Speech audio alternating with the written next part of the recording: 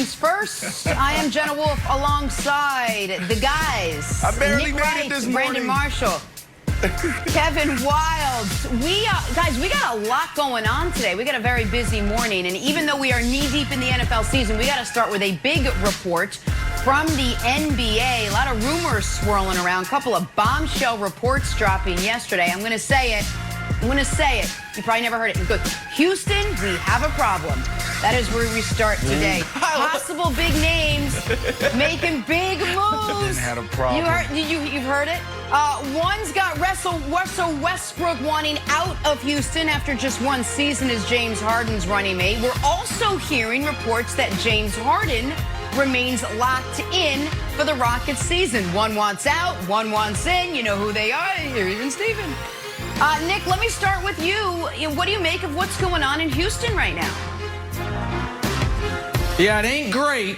And I think we now have a large enough sample size to say James Harden, as great as he is, one of the three greatest players in NBA history without a ring, one of the four most gifted natural scorers in the history of the NBA, does not play well with others, especially if the others are other guys that are eventually going to be in the Hall of Fame.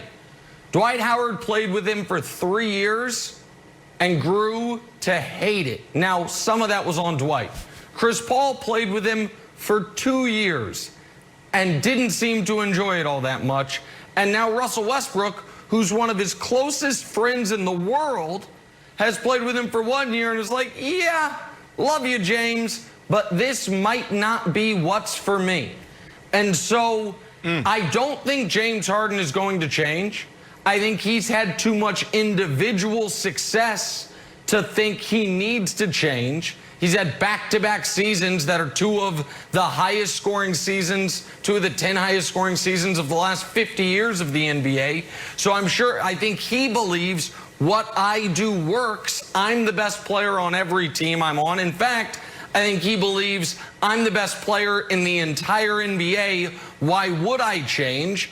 And so, yeah, I don't blame Russ for saying this isn't that much fun to be, the Diana Ross and the Supremes, to be one of the Supremes. It's like, hey, I could be Diana Ross too. I was, in fact, once upon a time. I'm really hoping right now Diana Ross actually was with the Supremes. My musical knowledge is not that great, but I think that's right. So, Brandon, I think that Russell Westbrook is having the same realization that maybe any particularly perimeter-based superstar would have, which is this ain't that much fun.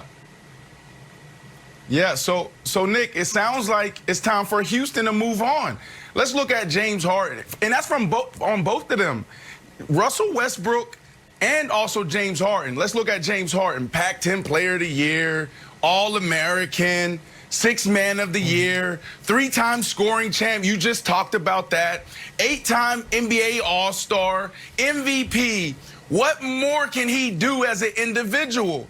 So if I'm Houston and if Russell's out and I just got Harden, I don't think you have a chance to win a championship. So for me, it's time for them to move on. Russell, I mean, there's not much more he can do. He cannot stay in Houston and be the only superstar and get the job done. I love Philly. There's other teams out there that could use his services. So while I don't think Russell Westbrook or James Harden will be there at the start of the season. Ooh. Oh, both of them. Wow. I love it, Brandon. Yeah, well, Nick, there were some funny reports because yesterday Kendrick Perkins said that James Harden hadn't talked to anybody in the organization for 2 weeks. He got that from a source that he won't name. Not, he's not necessarily the Woj of the world, but he got it from a source that he won't name. That James Harden is not picking up anybody's phone call. Then today, Shams is like, nah, James Harden's locked in. It's like, all right, well, something's a little fishy. Yeah. And Shams' article has a delightful bombshells. It's like Real Housewives in this article. PJ Tucker wants a new contract and some new sneakers. What's the newest release? Oh, those Off-White 5s are coming. Eric Gordon's like, he's going to be he is 6th man of the year. And he's like, Hey, what's up? Why am I just out here shooting threes? Is this what you want me to do? And then, of course, Austin Rivers with my favorite little nugget from the entire thing. Here we go. I'll read it verbatim, Nick. In another instance, Rivers was barked at by Harden after the former MVP missed a free throw and blamed Rivers, who was standing up by the bench for distracting him. So, like, all right, it's open season on the Rockets now, and I feel bad for Paul Silas, who just got in there. Nick is not even getting a chance to sort of like right the ship. It's just disaster right away. Well, a couple things. One is, I don't think the Rockets are going to move Harden. And the reason for that is multi-layered. The first one is they don't have their first-round picks in 2024, 2025, or 2026. That's the kind of detritus left over from the CP3 Russ trade. So if you were going to trade Harden, you need to be sure you are going to be back to at least a playoff-level team quickly, or else that, you know, those picks that you would be generating are going elsewhere anyway. That's first of all. Second of all, I used to live in Houston. James Harden is beloved there, and he loves it there. The nightlife scene there might not be a better nightlife for James Harden's, call them very particular tastes, than the city of Houston. When J.J. Watt got all the credit for what he did after the hurricane that hit and raising money, James Harden himself made a more than 7-figure donation out of his own bank account to help out the people there. And Harden is a polarizing player who the Houston fans have embraced and defended like their own child. So I don't think Harden wants to leave. I believe he wants to stay. The problem, Jenna, is going to be, can you find enough pieces or another piece around him that wants to play with him in order for them to contend for something other than the second round of the playoffs? But why would he want to stay there? It makes no sense to me as a player. It comes a point where it's about winning championships. And you can see it in his play last year. He actually tried to do the things that we all was talking about as far as playing better defense. Don't dominate the basketball. Yep. He did the opposite. He was trying to be a team player so he could win a championship. So if Russell Westbrook is out, Russell didn't play great last in the bubble. I don't know if it's because of COVID-19, and we don't know how that hits players and their cardiovascular system and how they respond to it, but he didn't play well. But he has the opportunity to still contribute at a high level. If he's gone, then who do you have? So if I'm James Harden, I'm looking around in Houston, and I'm saying, I love this city, but I don't have the help I need. So where can I go win a championship? And for that reason, if I'm James Harden, I'm asking to be moved respectfully. Okay. So I'm going to do two things. I'm going to move Harden, then I'm going to move Russ real quick. First, Harden for Ben Simmons and reunite Morey and Harden just seems to make sense. We all know Ben Simmons needs to run his own team, and we all know that Philly's like a piece away. So I love that Morey move Simmons for Harden. Russ, here's a good one. Russ also needs his own team. I would like Russ to come on home to the Big Apple. Here, and if he does it, he would have 3 goals. I know he's not going to win a championship, but just 3 nice and easy goals. Number 1, make the playoffs.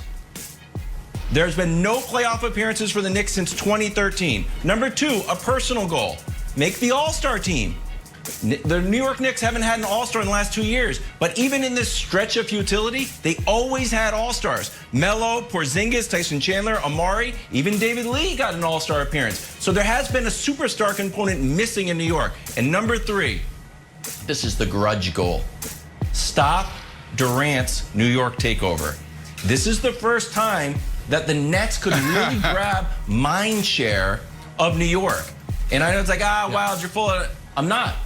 This is the New York Knicks have played 53 games on Christmas.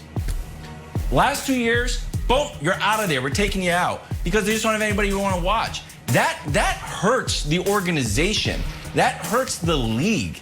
The idea that the Knicks are falling, not just in the standings, no, not just in the standings, but in the minds of basketball, it's bad for the league. If New York is bad, Russ could go there, not win a ring, but just get us up to contention and be relevant is a worthwhile goal, Nick.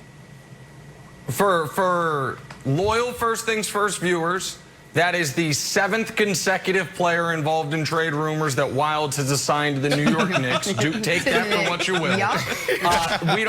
We don't have time to go through them all right now, but here is a later in the show tease. Trust us. There are 4 teams that can make the money work and that can give, to Brandon's point, can give the Rockets a return that would keep them in contention, and I think might be interested in Russell Westbrook. I spent all morning on the fake trade machine. I've got those ready. Jenna Wolf, later in the show, we will debut those 4 teams. One sport.